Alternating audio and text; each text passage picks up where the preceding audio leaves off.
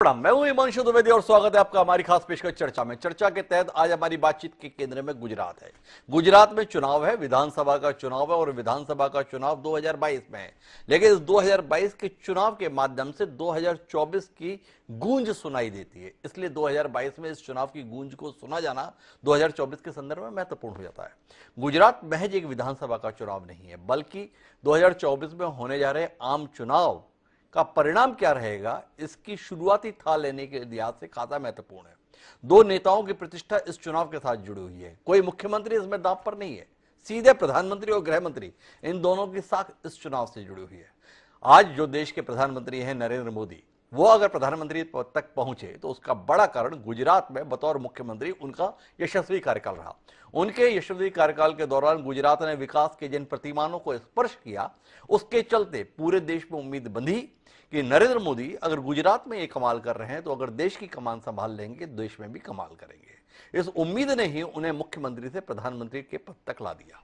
अब वह प्रधानमंत्री बने हुए हैं तो वह बार बार गुजरात को इस बात का एहसास कराते हैं कि मैं प्रधानमंत्री बना रहूं, इसके लिए जरूरी है कि गुजरात में भाजपा बनी रहे।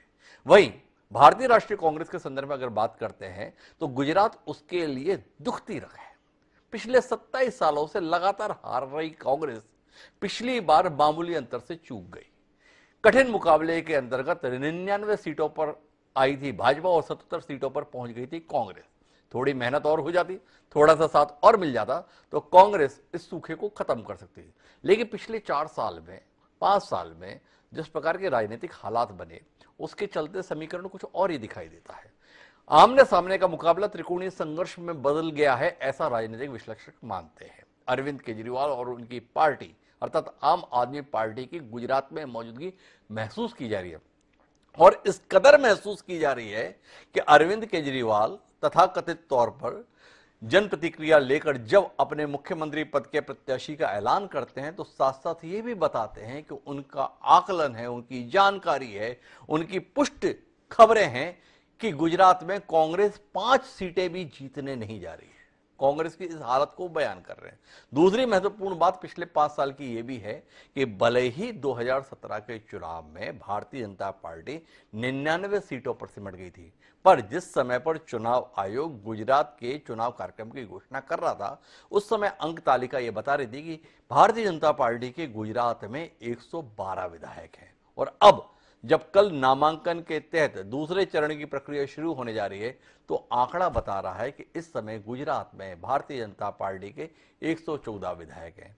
114 विधायक इसलिए कि पिछले 24 घंटे में 2 वरिष्ठ कांग्रेस नेता और विधायक भारतीय राष्ट्रीय कांग्रेस का दामन छोड़ भारतीय जनता पार्टी के साथ अपनी भविष्य की उम्मीद जोड़ ली है। तो ऐसे हालात के बीच में आज हम गुजरात चुनाव पर ही बात करेंगे, समझने की कोशिश करेंगे कि गुजरात में क्या कुछ होने जा रहा है। पिछले 27 साल से भाजपा काबिज जिस राज्य में है, क्या वह सत्ता में बनी रहेगी या कुछ अलग उलट बंसी गुजरात से सुनाई देगी। इस चर्चा का हिस्सा बनने के लिए 4 खास मेहमान भी हमारे साथ मौजूद हैं, उनसे आपका परिचय कराएं और भारतीय सियासत के इस दिलचस्प विषय पर कुछ गंभीर विमर्श करने की कोशिश भी करें। उससे पहले लेकिन समय है आज के विचार सूत्र का। हमारा आज का विचार सूत्र बड़ा संक्षिप्त है। हमारा विचार सूत्र यह कहता है कि पराभवस्ते हैतन मुखम यदितमानः, अर्थात अति अभिमान पराभव का द्वार है। शतप्रत ब्राह्मण से हमें यह विचार सूत्र मिला। कहने का आशय ये कि कभी भी अतिरिक्त अभिमान नहीं होना चाहिए, अतिरिक्त आत्मविश्वास नहीं होना चाहिए। तो क्या भारतीय जनता पार्टी इसी सिद्धांत के चलते गुजरात को लेकर फूक फूक कर कदम रख रही है? हालत यह है कि प्रधानमंत्री के तौर पर सक्रिय नरेंद्र मोदी गुजरात के चुनाव को अपनी प्रतिष्ठा के साथ जोड़ चुके हैं।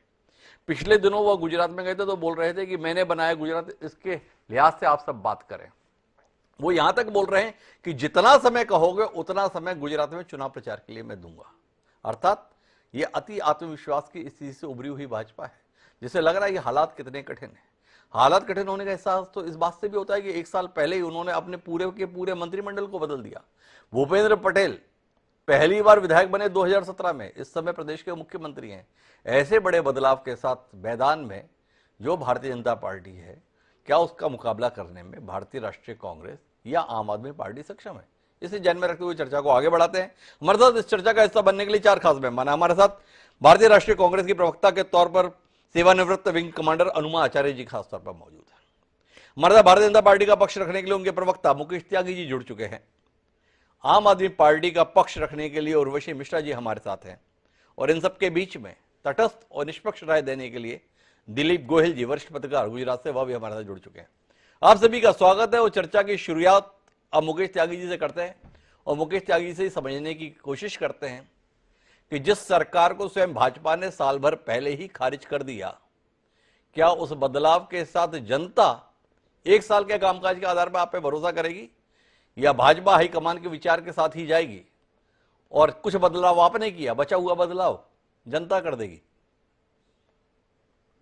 देखिए हिमांशु जी, हाथ कंगन को आरसी क्या, पढ़े लिखे को फारसी क्या जी। गुजरात की जनता जानती है कि नरेंद्र मोदी जी, जिनके जीवन काल में कोई भी उनके ऊपर ऐसा इल्जाम नहीं लगा जिससे उनकी छवि धूमिल होती हो, उनको बहुत से लोगों ने उनकी छवि धूमिल करने की कोशिश करी। यूनाइटेड स्टेट्स के प्रेसिडेंट को 60 लोगों ने चिट्ठियां लिखी कि मोदी जी इसमें लिप्त है, मोदी जी उससे में लिप्त है।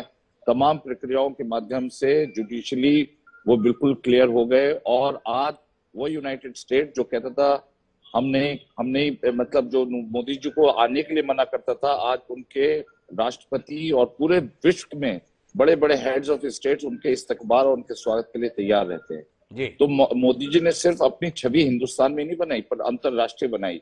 और वो गुजराती होने के नाते गुजरात से उनका जो इमोशनल कनेक्ट है, और गुजरात में जिस प्रकार से विकास की फाउंडेशन रखी है, बुनियाद रखी है, तमाम ऐसे काम, ठोस काम किए हैं। गुजरात के अंदर पहले आप देखिए राइट्स कितने हुआ करते थे, अब वहां पे राइट्स होने बंद हो गए हैं। तो ऐसी बहुत सारी चीजें मोदी जी ने लगातार करी। 27 साल के अंदर गुजरात के अंदर जितनी तरक्की हुई है, तो मैं समझ रहा हूँ कि हम लोगों को वैसे काम करने की, क्योंकि हमारी जो प्रणाली वो ये है कि हम चुनाव के लिए काम नहीं करते हैं, हम सतत और निरंतर गुजरात की जनता, देश की जनता के लिए काम करते रहते हैं। चुनाव पे आकर के हम चुनावी मेंढक की तरह से बाहर निकल करके और अलग शलग झूठे मूठे बयान दे करके, आपने देख ही लिया होगा किस प्रकार से हमारे केजरीवाल जी किस प्रकार के वक्तव्य दे रहे हैं। कभी मौलाना बन जाते हैं, कभी ब्राह्मण बन जाते हैं, कभी लक्ष्मी और गणेश के पुजारी बन जाते हैं। तो जैसे वो गिरगिट रंग बदलता है, मैं उससे ज्यादा रंग बदलने में क्षमताएं रखते हैं। और कांग्रेस का तो आप हाल जानते हैं कि राहुल गांधी जी की जोड़ो यात्रा में गुजरात जैसे जहां पर चुनाव हो रहा है, वहां पर यात्रा में वो कहीं उनका कोई गंतव्य ही नहीं है। तो मतलब विपक्ष हमें काम इसलिए नहीं कर रहे हैं कि हमको कोई इनसिक्योरिटी या असुरक्षा है, काम इसलिए कर रहे हैं क्योंकि ये हमारे डीएनए के अंदर। मुकेश जी, आपने मेरे मूल मुद्दे पर कोई राय नहीं दी। मेरा सवाल था कि एक साल पहले आपकी इस जिम्मेदार पार्टी ने मुख्यमंत्री समेत पूरे मंत्रिमंडल को बाहर निकाल कर रख दिया। दो स्थितियां, या तो भ्रष्ट मंत्रिमंडल था या नाकारा मंत्रिमंडल था। पार्टी को बर्दाश्त हुआ, निकाल बाहर किए। आपसे जानना ही चाहता हूं, एक साल में क्या यह नया मंत्रिमंडल ऐसा कुछ कर लिया है कि जनता बचा हुआ काम पूरा नहीं करेगी? कुछ काम आपने कर दिया, बाकी काम जनता तो नहीं कर देगी, ये सवाल जहन में आता है। तो इसलिए थोड़ा बताइए, क्या कुछ विजय रूपाणी ने बर्बाद किया था जो पिछले एक साल में माननीय भूपेंद्र पटेल के नेतृत्व में ठीक ठाक हो गया? चुनाव नरेंद्र मोदी नहीं लड़ रहे हैं, चुनाव भूपेंद्र पटेल और राज्य की इकाई लड़ रही है। या कब तक नरेंद्र मोदी के कंधों पर ही बोझ रखे रहेंगे गुजरात में सत्ता में लाने के लिए? ये भी सवाल है, थोड़ा बताइए मुकेश जी। मुझे ये बताइए कि 27 साल का जो हमारा कार्यकाल रहा है जी, उसमें हमने लगातार योगदान किया है। परिवर्तन जो है वो राजनीतिक दृष्टिकोण से किए जाते हैं जी। एंटी इनकम्बेंसी फैक्टर भी हो सकती है, ये भी एक संभावना है कि काफी दिनों से एंटी इनकम्बेंसी स्वतः भी होती है, चाहे आप कितने योगदान दें उसके बाद भी एंटी इनकम्बेंसी होती है। तो नए ब्लड को लाना का मौका भी देना चाहिए। ये नहीं कि पुराना पानी लगा रहे और आप नए व्यक्तियों को ना लाए। तो नए व्यक्तियों को जिम्मेदारी ला करके हम संगठन का विस्तार करते हैं, हम संगठन में और नया परिवर्तन ला करके उनके अंदर उनको ऊर्जान्वित करते हैं। तो ये हमारा कोई किसी के राजनीतिक विफलता के कारण ये विस्थापन नहीं हुआ है, ये महज इसलिए हुआ है कि गुजरात में हम लोग इतने साल से रूल कर रहे हैं, तो वहां पे एक नए लोगों को मौका मिलना चाहिए, उनके हाथ में जो है बागडोर संभालनी चाहिए, ताकि लोगों को पता लगे भाई परिवर्तन हमारा कोई किसी से साथ, हमारे साथ कोई, हम किसी से बंधे हुए नहीं है, जुड़े नहीं है कांग्रेस की तरह से।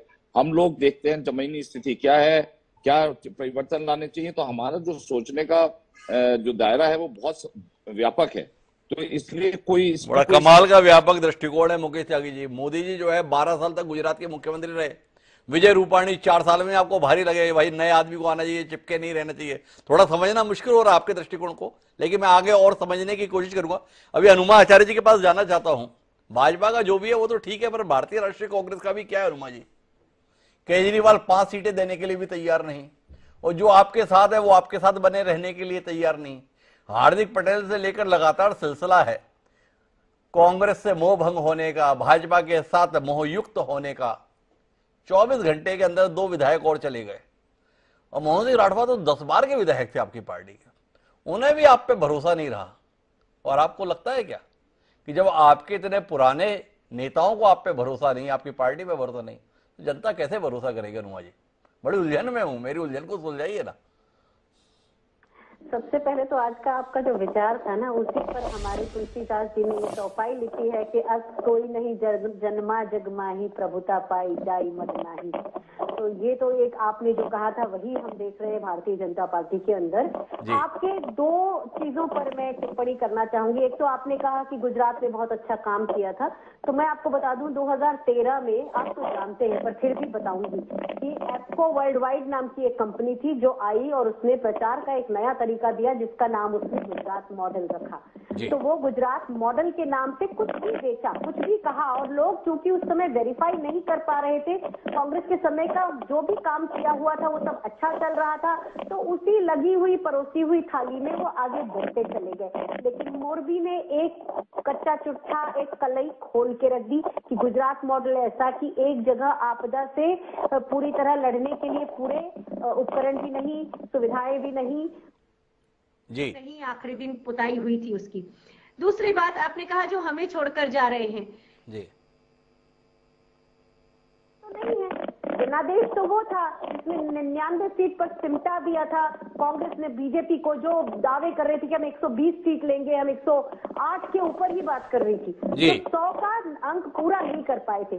2019 में जो चुनाव हुए थे उसमें गुजरात में भारतीय जनता पार्टी को बहुत साधारण बहुमत प्राप्त हुआ था, और हारने वाले 5 मंत्रियों में से आत्माराम परमार और चिमन भाई सपारिया ये कैबिनेट मंत्री थे, और इनको हमारे कांग्रेस के लोगों ने हराया था। तो अब आप ये देखिए, इसके बाद जो 5 विधायक बीच में छोड़कर गए थे, जब चुनाव हुए थे तो 5 में से 4 हार गए थे, कांग्रेस से हार गए।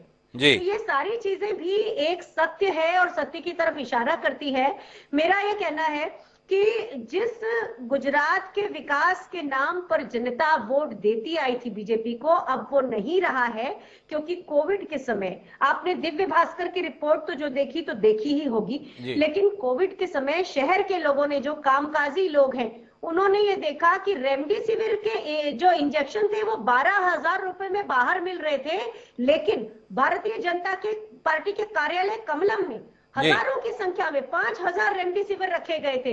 तो लोग ये भूलेंगे नहीं। और इस बार जो कांग्रेस के लोग उतारे गए हैं, जमीनी लोग हैं, 43 लोगों की जो लिस्ट आई थी उसमें से 6 महिलाएं हैं। ऐसे लोग हैं जो लोगों की आवाज उठाते रहे, जन सरोकारों से जुड़े रहे। तो पहले हम लोग, कांग्रेस हमेशा गांवों में तो हमेशा पक्की थी, लेकिन इस बार हम शहर में पक्के हैं, क्योंकि हमारे कार्यकर्ताओं ने कोविड के समय लोगों की मदद की है। जो रेमडेसिविर, ये तो सब ठीक है, पर इन 2 लोगों के विषय में बताइए ना। भगवान बराड़, मोहन सिंह राठवा नए लोगों के जोड़ने की बात कर रही हैं, जो साथ थे, दशकों से साथ थे, सालों से भी नहीं, दशकों से, वो भी अब साथ रहने के लिए तैयार नहीं। उलझन नहीं लगती आपको, या आप अनदेखा कर देना चाहती है? ठीक है, जिसको जाना है जाए, नए आ रहे हैं, चल जाएगा काम। हमें माननीय त्यागी जी भी बोल रहे थे नए लोगों को ला रहे हैं, आप भी नए लोगों के साथ में जा रहे हैं। हाँ, अब देखिए ना, हमारी जो लिस्ट है 43 की, उसमें ज्यादातर लोग ऐसे हैं जो कांग्रेस के अपने लोग हैं, जो कांग्रेस के संगठन के लोग हैं, कांग्रेस की विचारधारा के, लोकतंत्र की विचारधारा के लोगों की आवाज उठाने वाले लोग हैं। जैसे कन्नू कलसारिया हैं, हमारे अमी रावत हैं, ऋत्विज हैं, हमारे नायक हैं, तो ये सारे लोग जो हैं, ये वो लोग हैं जो कांग्रेस की विचारधारा के, और जैसा हमने उदयपुर सम्मेलन में कहा भी था कि हम युवा लोगों को, नए लोगों को वोट मौका देंगे। तो ये आप देखिए कि बीजेपी में क्या होता है, वो एक मिनिस्टर को उठाते हैं, उसको वहां से उठा के प्यादे की तरह हटा देते हैं, उसमें कोई जनतंत्र नहीं है।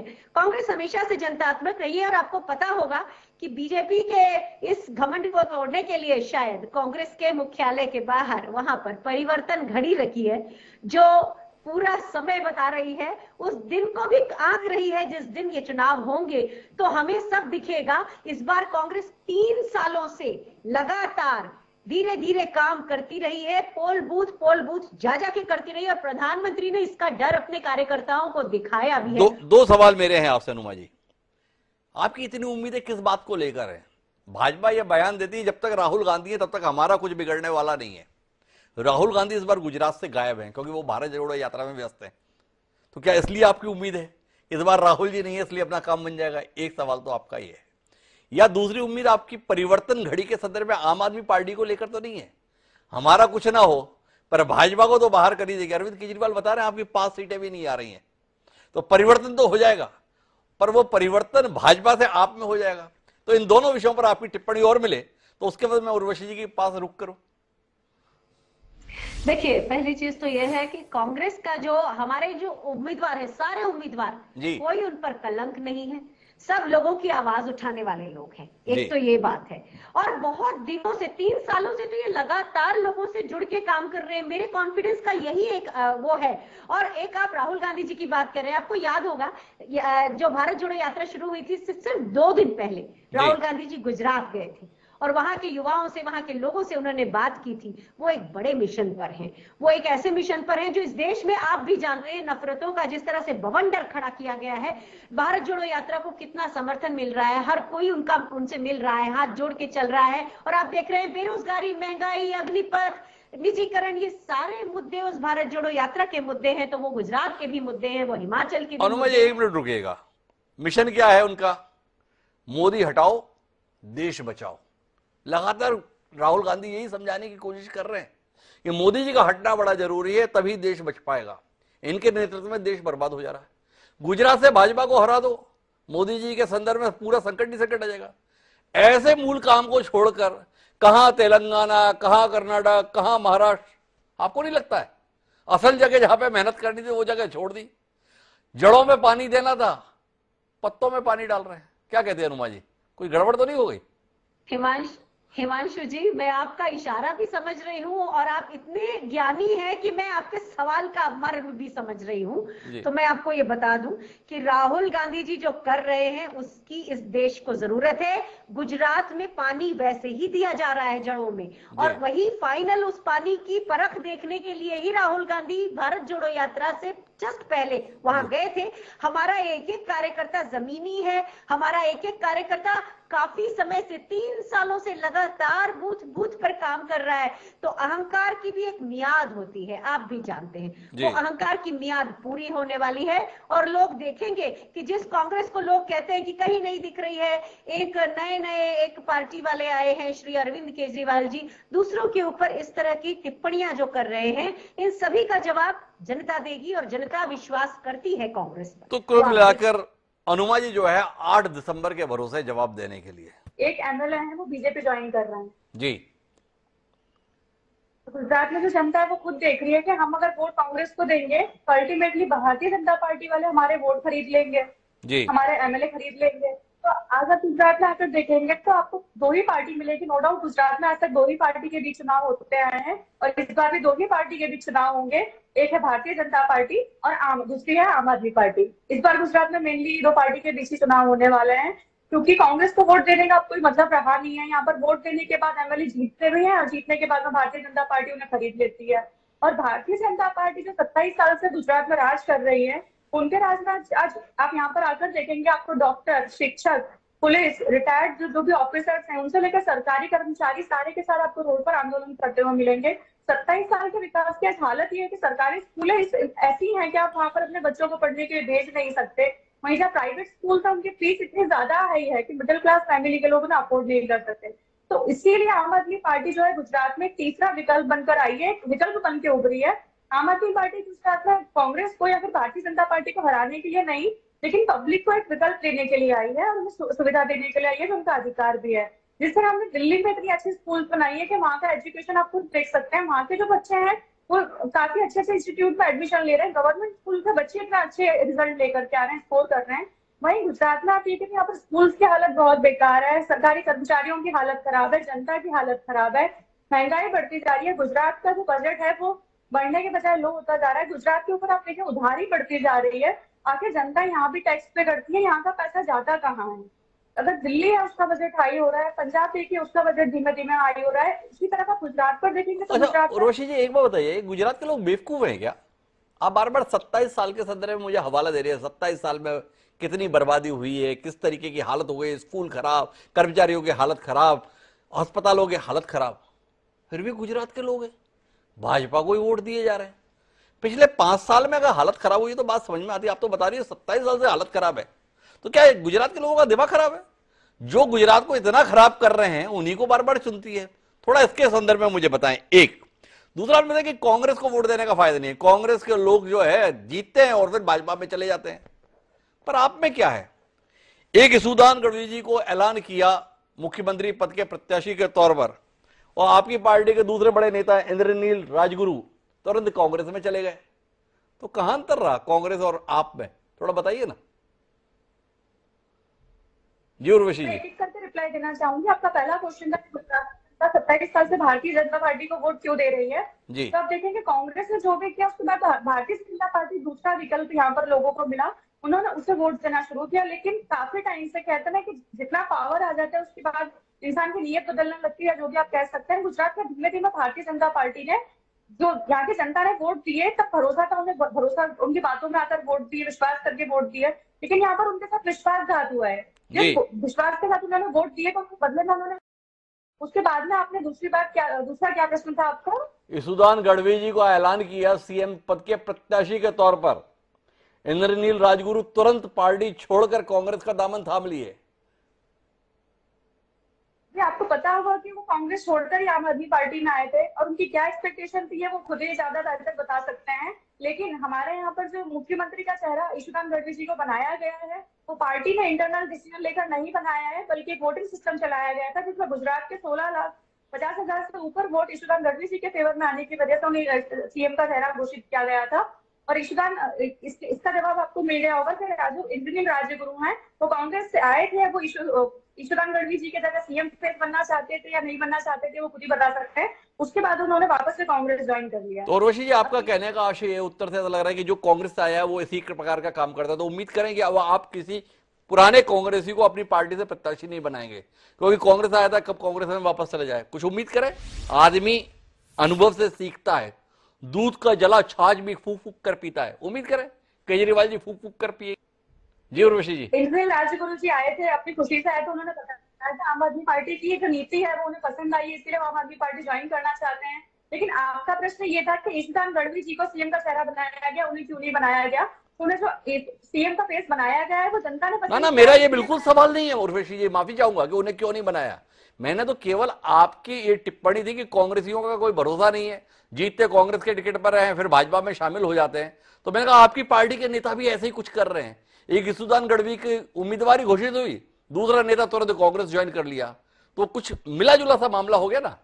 तो आपने कहा वो तो कांग्रेस से आए हैं, कांग्रेस में ही चले गए। तो आपसे जानना चाहा कि कांग्रेसियों के चरित्र को शायद आप पहचान गए हैं, तो उम्मीद करें कि आप किसी पुराने कांग्रेसी को आम आदमी पार्टी प्रत्याशी नहीं बनाएगी, क्योंकि भरोसा नहीं कब वापस अपनी मूल पार्टी में चला जाए या कब भाजपा में चला जाए। तो इस अनुभव से कुछ सबक लेंगे, सीख लेंगे, उसके अनुसार व्यवहार करेंगे या नहीं करेंगे, ये सवाल था मेरा। बिल्कुल आगे सोच समझ कर लिया जाएगा, किसी इंसान को लिया जाएगा। तो कुल मिलाकर कांग्रेस ही जिन्होंने आम आदमी पार्टी में अपना भविष्य देख रहने की उम्मीद बांधी थी, उनके लिए उर्वशी जी का बयान खासा महत्वपूर्ण। अभी तय कर लें, आप में बने रहना या वापस मूल पार्टी में चला जाना है। त्यागी जी के पास रुक करता हूं। मुकेश त्यागी जी, एक बात समझना चाहता हूं आपसे। गुजरात जो नरेंद्र मोदी के दौर में रोल मॉडल हुआ करता था, उसको लेकर अब पूरे देश में सवाल उठा रहे हैं विपक्षी दल कि बर्बाद करके रख दिया भाजपा ने गुजरात को। इसका कुछ तो उत्तर दीजिए। कब तक मोदी मोदी मोदी करते रहेंगे? कब तक नमो नमो नमो करते रहेंगे? इतने महत्वपूर्ण किस्म के लगने वाले आक्षेपों के संदर्भ में मौन कि अस्पताल अच्छा नहीं, स्कूल अच्छे नहीं, स्कूलों में ताले डल गए, कर्मचारी नाराज हैं। इनका कोई तो उत्तर आना चाहिए ना मुकेश जी, थोड़ा रोशनी दीजिए, क्या हो गया ऐसा? देखिए डॉक्टर हिमांशु जी, अगर हम लोग काम नहीं करते, निठल्ले होते, कर्मठ नहीं होते, कर्तव्य परायण नहीं होते, तो आपने अपने प्रारंभिक वक्तव्य में खुद ही कहा है कांग्रेस बीजेपी जो है लगातार 27 साल से वहां पर रूल कर रही है जी। देखिए जनता बहुत परिपक्व है, और गुजरात की जनता तो मैं समझता हूँ बहुत ही व्यवसायी है, और उनको राष्ट्र की दूरदृष्टि बहुत अच्छी तरह से मालूम है।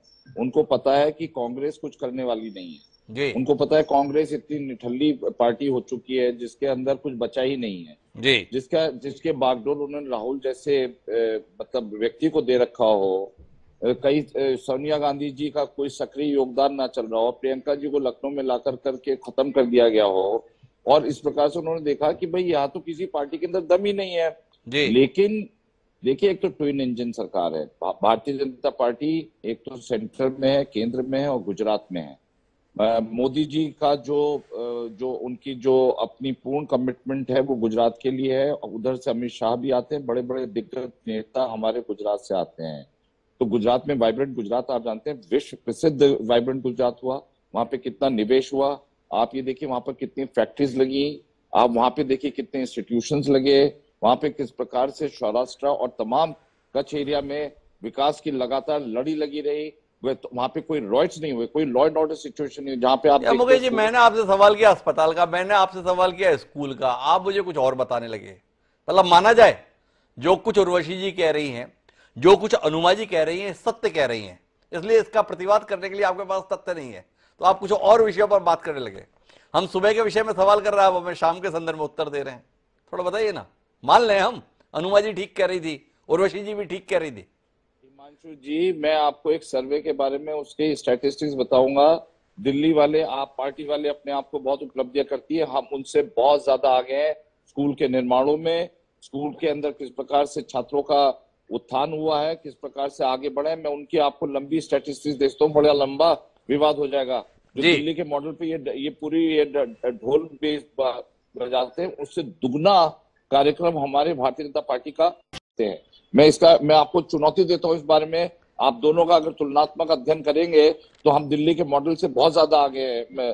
तो ये कहना जो है, मुझे निरीह आदमी को चुनौती देकर क्या होगा? जो भी चुनौती देनी है वो अरविंद केजरीवाल जी को दीजिए, यहाँ पर उर्वशी जी और अनुमा जी उनको दीजिए, मुझसे उलझकर क्या होगा? मैं तो तटस्थ व्यक्ति हूँ, अपनी तटस्थता को कायम रखता हूँ। एक बार फिर दिलीप गोयल जी के पास चलता हूँ। दिलीप जी, आपसे जानना चाहता हूँ, राज्य का चुनाव है, एक विधानसभा का चुनाव है, 5 साल पूरी कर चुकी सरकार के फिर से जनादेश लेने का चुनाव है, पर बात केवल मोदी जी के संदर्भ में हो रही है। क्या ऐसी मजबूरी है कि ये सरकार पर कामकाज के आधार पर चुनाव के स्थान पर मोदी जी हैं, उसी आधार पर चुनाव कराना चाह रहे हैं? थोड़ा इस पर बताइए ना दिलीप जी।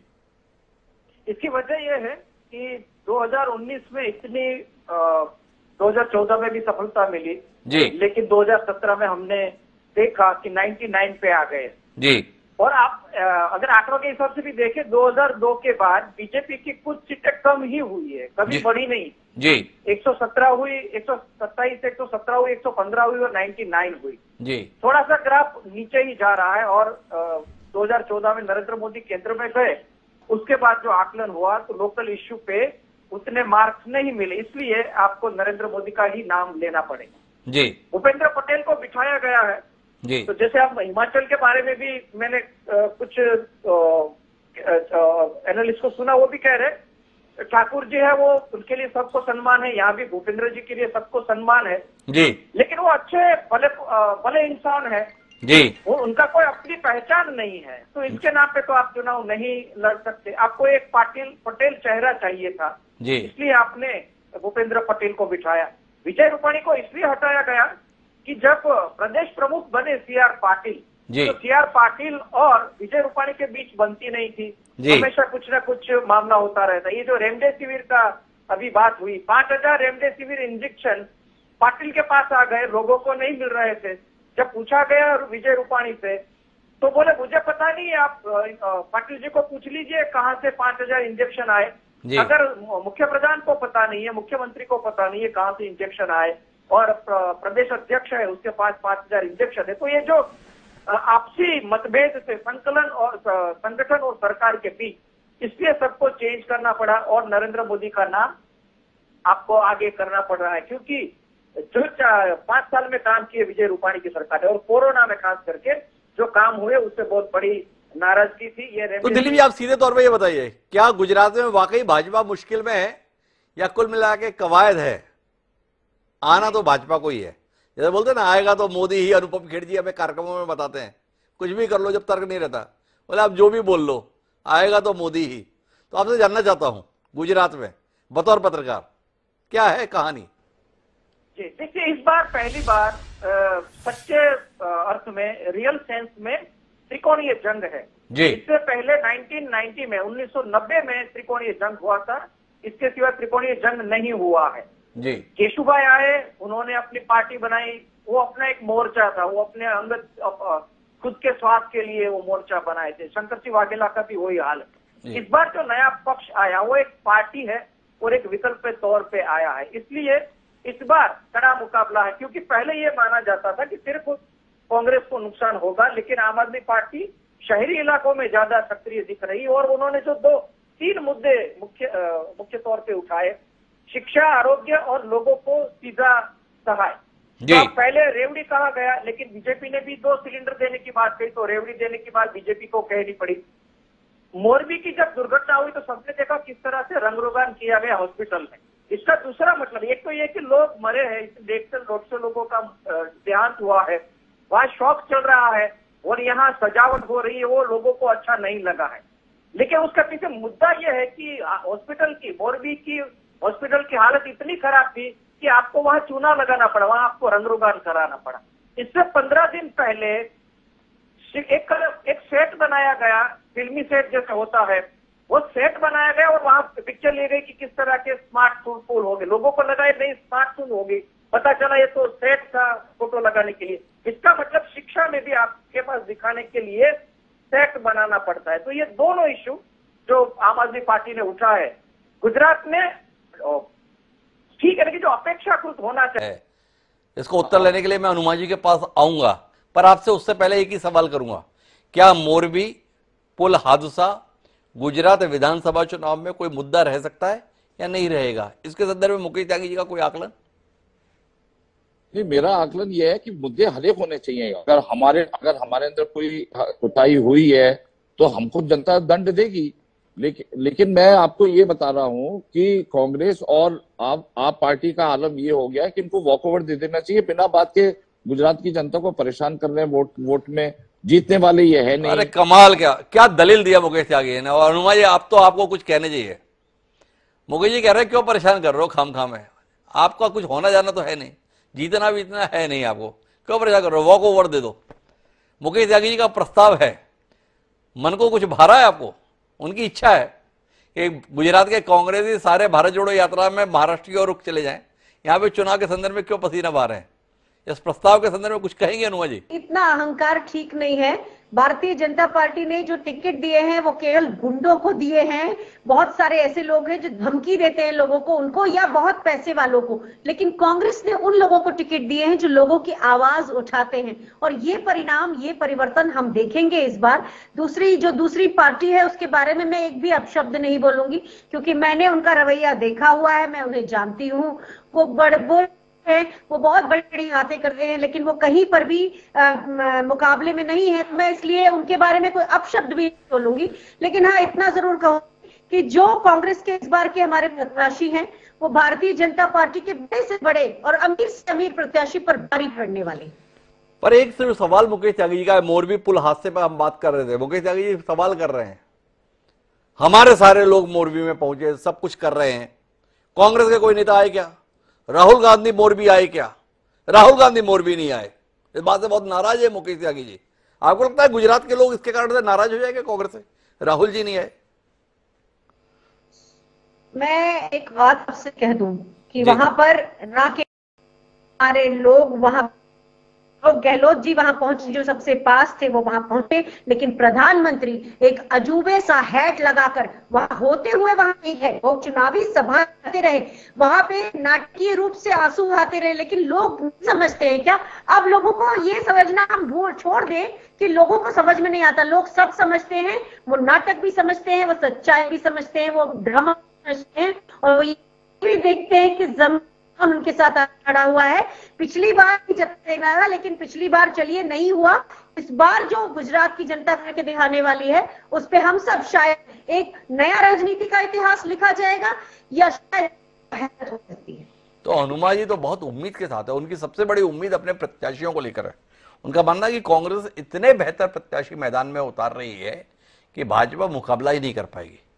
प्रत्याशियों को लेकर आपका भी बड़ा दावा रहता है।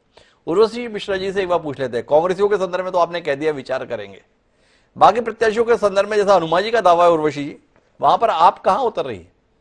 जी, अभी आपने प्रश्न किया था गुजरात में इस बार किस मुद्दों पर इलेक्शन लड़े जाएंगे, तो मैं उसका बताना चाहूंगी कि इस बार का यहाँ गुजरात में जो माहौल है वो किसी जातिवाद पर नहीं है या किसी बड़ी बड़ी बातों पर नहीं है, लेकिन इस बार जो गुजरात में चुनाव होने वाले हैं वो काफी अलग होने वाले हैं, क्योंकि इस बार के चुनाव है वो शिक्षा पर होने वाले हैं, स्वास्थ्य पर होने वाले हैं और रोजगार पर होने वाले हैं। इस बार की जो जनता है वो इन पर ज्यादा फोकस कर रही है, क्योंकि सबसे ज्यादा जरूरत यहाँ गुजरात में इस चीज की है। और अभी अभी मुकेश त्यागी जी ने कहा कि मुकेश त्यागी जी है वो गुजरात में भारतीय जनता पार्टी काफी काम कर रही है, हम उनकी चेकलिस्ट चेक करते हैं, तो मैं बिल्कुल आपको आमंत्रित करती हूँ कि आप आपकी चेकलिस्ट है वो आप मीडिया में दीजिए, हमें दीजिए, हम खुद देखना चाहते हैं कि आपने क्या काम किया है, ऑन पेपर नहीं आप लोगों ने क्या काम किया है, एड्रेस के साथ बताइए। क्योंकि जब गुजरात से भारतीय जनता पार्टी की टीम दिल्ली गई थी तो हमारे सांसद ने खुद जाकर उन्हें हमारे काम बताए थे। जब उन्हें कुछ नहीं मिला बताने के लिए, तब उन लोगों ने स्टोर रूम की फोटो लेकर वायरल करके ये बताया था कि ये यहाँ की स्कूल की हालत है। और जब हमारे दिल्ली से इन्वाइट किया गया था, दिल्ली की टीम यहाँ देखने के लिए आई थी, तो खुद भाग गए थे, उन्होंने यहाँ की स्कूल तक नहीं बताई थी यहाँ पर क्या हालत है। आप लोग एक स्कूल के नाम पर भी आप यहाँ क्या राजनीति कर रहे हैं वो अभी हिमांशु जी ने खुद ही बताया है। तो इस बार जो गुजरात इलेक्शन होने वाले हैं वो मेन शिक्षा पर, स्वास्थ्य पर और रोजगार पर होने वाले हैं। और इसीलिए आप देखेंगे कि यहाँ पर हमारा जो प्रचार है वो डोर टू डोर, गांव से लेकर के शहरों से लेकर नगर महानगर सब जगह पूरा हो चुका है। लोगों का जो फीडबैक काफी अच्छा मिल रहा है, उनको काफी अच्छा सपोर्ट है हमें आम आदमी पार्टी को। इस बार काफी सीटें आने की उम्मीद है। जो रिजल्ट है वो तो 8 दिसंबर को पता चल ही जाएगा कि जनता किसे वोट देती है, किस पर भरोसा करती है, किसके काम पर यकीन करती है। क्योंकि जनता ने खुद दिल्ली में देखा है, हमने दिल्ली में क्या क्या काम किया है, वहाँ के स्कूल कितने अच्छे बनाए हैं, वहाँ पर लोगों को रोजगार दिया है, स्वास्थ्य के हॉस्पिटल सबको फ्री दिए गए हैं, लेडीज के लिए सुविधाएं बढ़ाई गई हैं। आप अगर गूगल पे भी सर्च करेंगे कि औरतों की सेफ्टी सिक्योरिटी के लिए सबसे ज्यादा कैमरास कहाँ पर हैं, तो आपको जानकर बहुत खुशी होगी कि पूरे एशिया में सबसे ज्यादा कैमरास दिल्ली में लगाए गए हैं। वहाँ पर लेडीज के लिए रिसेंटली अलग से हॉस्पिटल बनाए गए हैं, जहाँ पर लेडीज किसी भी तरह के ट्रीटमेंट के लिए जा सकती है। वहाँ उन्हें किसी भी प्रकार की कार्ड के लिए परेशान होने की जरूरत नहीं है, किसी भी मंत्री से या किसी की भी जैक लगाने की जरूरत नहीं है। लेकिन वो बस यहाँ की दिल्ली के रहवासी है, तो मैं बहुत विनम्रता से आपसे कहना चाहता हूँ उर्वशी जी कि दिल्ली का उदाहरण जो आप इतना दे रहे हैं ना, दिल्ली एक शहर का नाम है, एक अर्ध राज्य का नाम है। एक राज्य है पंजाब, वहां पर भी आप बड़े बड़े बातें करके आए थे। वो हिमाचल में गए थे अरविंद केजरीवाल जी प्रचार करने के लिए, वो पूरे पंजाब के टीचर वीचर जो है वहां पे भाषण देना मुश्किल कर दिया अरविंद केजरीवाल का। एक राज्य की सियासत, एक राज्य का संचालन, एक राज्य की हुकूमत को चलाना अलग बात, और एक शहर के अंदर शासन व्यवस्था देना अलग बात।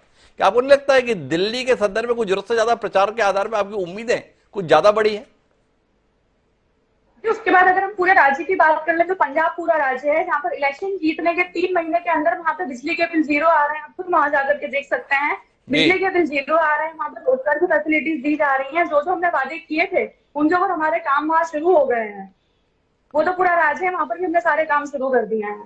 और उसी तरह से गुजरात में हमारी सरकार बनती है तो हम यहाँ पर भी 3 महीने के बाद में ही हमारा सारा काम शुरू कर देंगे। 1 साल के अंदर जो वैकेंसीज अभी पेंडिंग है उन्हें हमने भरने की बात की है, नई रोजगार देने की बात की है, जो बेरोजगार है उन्हें बेरोजगारी भत्ता देने की बात की है। और बात नहीं की है, गारंटी है, हर इंसान जानता है कि अरविंद केजरीवाल जी जो कहते हैं वो करते हैं। सिर्फ बड़े बड़े वादे नहीं है, या फिर हम सिर्फ फोटो खिंचा करके पूरा सेट हटा नहीं देते हैं, और हम काम करते हैं, इसीलिए लोग हमें वोट हम काम करते हैं। ये उर्वशी जी का कहना है। मैं आखिरी बातचीत के लिए दिलीप घोष जी के पास आना चाहता हूं, लेकिन उससे पहले अनुमा जी से जानना चाहूंगा, ये आम आदमी पार्टी के दावे हैं। अनुमा जी ने कहा कि मैं आम आदमी पार्टी पे कोई अपशब्द नहीं कहूंगी, पर उनके दावों के संदर्भ में तो कोई प्रतिक्रिया देगी अनुमा जी, कि उनके दावों के संदर्भ में भी कुछ कहने से आप बचना चाहेंगे? जी अनुमा जी। पंजाब की जनता वैसे ही बहुत दुखी है। पंजाब में जिस तरह की चीजें हो रही हैं उससे जनता को अपनी गलती समझ में आ रही है। और प्रशांत किशोर से भी जब पहली बार पूछा गया था कि आपका सबसे बड़ा काम क्या था, तो उन्होंने कहा था कि 2017 में मैंने जो इनको नहीं आने दिया था आम आदमी पार्टी को, वो मेरा सबसे बड़ा काम था। तो ये सारी चीजें बताती हैं कि आम आदमी पार्टी की कहानी क्या है, जड़ें क्या हैं। और मैंने तो इसको और भी करीब से देखा है, जो लोग मुझे जानते हैं वो जानते हैं कि आम आदमी पार्टी अपने ही लोगों को छोड़ के भाग जाती है, उनको चुनाव में धकेल देती है और पीछे से पूरी की पूरी उनकी जो टीम है वो निकल के भाग जाती है। तो ऐसे इसको अब क्या कहा जाए, इससे ज्यादा कुछ कहना नहीं चाहती है अनुमाचार्य जी। लेकिन मैं आखिरी बातचीत के लिए दिलीप गोयल जी आपके पास आना चाहता हूं और आपसे समझना चाहता हूं। आम आदमी पार्टी बड़ी उम्मीद के साथ गुजरात में अपनी सक्रियता बनाए हुए है। ये सक्रियता उसे कुछ सीटों की सफलता के तौर पर ही आप देख रहे हैं? क्या अरविंद केजरीवाल के इस दावे के साथ आप भी खड़े हैं कि हम सरकार बनाने जा रहे हैं? थोड़ा इस पर दृष्टि दीजिए ना। एक पार्टी जो 5 साल पहले चुनाव लड़ी 29 सीटों पर और कुल 29,000 वोट पाई, एक सीट पर नहीं, सभी 29 सीटों के टोटल वोट 29,000 थे। वो पार्टी 5 साल में क्या वाकई ऐसा काम खड़ा कर ली है कि गुजरात जैसे प्रदेश में सरकार बनाने जा रही है? अभी से ये कहना मुश्किल होगा कि सरकार बना सकती, क्योंकि सीटें के बारे में अनुमान करना अभी भी थोड़ा सा मुश्किल लग रहा है। उसको वोट शेयर काफी मिल रहे हैं, वो सभी सर्वे भी बता रहे हैं और हमारा अनुभव भी बता रहा है। वोट शेयर काफी मिलेंगे, लेकिन सीट में कितने कन्वर्ट होंगे वो इतना कॉन्फिडेंस से नहीं कह सकते। लेकिन जिस तरह पहली बार हुआ था दिल्ली में, कुछ सीटें आम आदमी पार्टी को मिल गई थी। पंजाब में भी ये हुआ था कि कुछ 22 सीटें मिल गई थी, दिल्ली में हुआ था। इस तरह के हालात यहाँ कुछ हो सकते हैं। दिल्ली में ये हालत हुआ कि उसकी वजह से हंग असेंबली हो गई और पंजाब में कांग्रेस को अच्छी बहुमत मिल गई और सरकार बनी। तो शायद ये हो सकता है बीजेपी को सरकार उसकी शायद बच भी जाए, लेकिन आम आदमी पार्टी की सीटें कुछ तो आएगी। नंबर बताना मुश्किल है, सरकार बनाने वाली बात थोड़ी सी दूर की लगती है। थोड़ी दूर की लगती है। एक बात और आप पे की टिप्पणी चाहिए, राहुल गांधी की गैर मौजूदगी कांग्रेस के लिए परेशानी रहेगी या कांग्रेस के लिए मददगार रहेगी? इस पर भी तो कुछ कहिए ना। इससे कोई फर्क नहीं पड़ेगा, क्योंकि इस बार कांग्रेस ने ये कहा कि वो साइलेंटली, जैसे पीएम ने भी कहा, साइलेंटली प्रचार कर रही है। उनका आधार है अपने एमएलए जो अपने अपने कंस्टिट्यूएंसी में पावरफुल है जी, उनके आधार पे जीतना है। जो कुछ पावरफुल थे वो चले गए, उनका टिकट का मामला था, ऑफिस का मामला था। मोहन सिंह राठवा को अपने बेटे के लिए सीट भी चाहिए थी और टिकट भी चाहिए थी, और जो भगाभाई बाहर गए वो अपने क्या कहते हैं, अपने और एक संबंधी थे उसके लिए टिकट मांग रहे थे, उनके व्यक्तिगत कारण थे इसलिए गए हैं। कांग्रेस इस बार कोई राष्ट्रीय चेहरे के आधार पे या तो राष्ट्रीय मुद्दों पे नहीं, लेकिन अपने एमएलए जो अपने एरिया में, अपने मत विस्तार में काफी स्ट्रांग है, उस पे आधार रख रही। वो रूरल एरिया में है जहाँ की आम आदमी पार्टी थोड़ा सा कम सक्रिय है, इसलिए पूरी कोशिश ये है कांग्रेस की कि वहां काम करे। राहुल गांधी का आना या ना आना कोई फर्क नहीं पड़ेगा उससे। तो कुल मिलाकर अगर हम इस बातचीत के बर पे पहुंचे तो गुजरात कैटवॉक नहीं है भाजपा के लिए। गुजरात में इस बार कड़ा संघर्ष है और पिछली बार से बदला हुआ संघर्ष इस रूप में जो चर्चा में निकल कर आया कि वह त्रिकोणीय संघर्ष में तब्दील है। आम आदमी पार्टी ने 5 साल के अंदर अपने आप को एक ताकत के रूप में स्थापित करने में सफलता हासिल की है। भारतीय जनता पार्टी अंतर्द्वंद की शिकार है। अपनी सरकार से कहीं ज्यादा नरेंद्र मोदी के नाम के बूते सफलता की उम्मीद के साथ भारतीय जनता पार्टी है। और उन सब के बीच में कांग्रेस अपने नेता जो अपने अपने इलाके में वजूद रखते हैं, अपने अपने विधानसभा क्षेत्र या संसदीय क्षेत्र में वजूद रखते हैं, उनके भरोसे पर उम्मीद कर रही है कि एक नए सिरे से खड़ी होकर देश में विकल्प के तौर पर प्रस्तुत होगी। राहुल गांधी की गैर मौजूदगी में कांग्रेस क्या कोई कमाल कर पाएगी, ये जानने में दिलचस्पी है। क्या नरेंद्र मोदी का नाम इस बार भी बेड़ा पार भाजपा का करा देगा, ये जानने में दिलचस्पी है। और अरविंद केजरीवाल जिन दावों के साथ गुजरात में दम ठोक रहे हैं, उन दावों में कितना दम रहेगा, ये जानने में भी हमारी दिलचस्पी 8 दिसंबर को ही समाप्त हो पाएगी। बहरहाल गुजरात का चुनाव दिलचस्प है, इससे इंकार नहीं। देखेंगे ये दिलचस्पी आगे किस मोड़ पर ले जाती है। हम गुजरात को लेकर आगे भी बात करते रहेंगे, लेकिन इस कार्यक्रम में इतना ही। आप चारों मेहमानों का बहुत बहुत धन्यवाद हमारे साथ इस चर्चा का हिस्सा बनने के लिए। समय है अब आज की प्रासंगिक पंक्तियों का। राष्ट्र कवि हुए रामधारी सिंह दिनकर, कमाल की उनकी पंक्तियां हमें मिली। उन्होंने कहा कि लगा राजनीतिज्ञ रहा अगले चुनाव पर घात, कि लगा राजनीतिज्ञ रहा अगले चुनाव पर घात, राजपुरुष सोचते किंतु अगली पीढ़ी की बात। रामधारी सिंह दिनकर ने राजनीतिज्ञों के संदर्भ में किस तरीके की उम्मीद बांधी थी? क्या इस समय देश के नेता इन उम्मीदों पर खरा उतर रहे हैं? यह हमारे लिए विचार का विषय होना चाहिए। आप इस पर विचार करें। इस आग्रह के साथ अब मुझे दें इजाजत। कल फिर मिलते हैं नए विषय के साथ। तब तक के लिए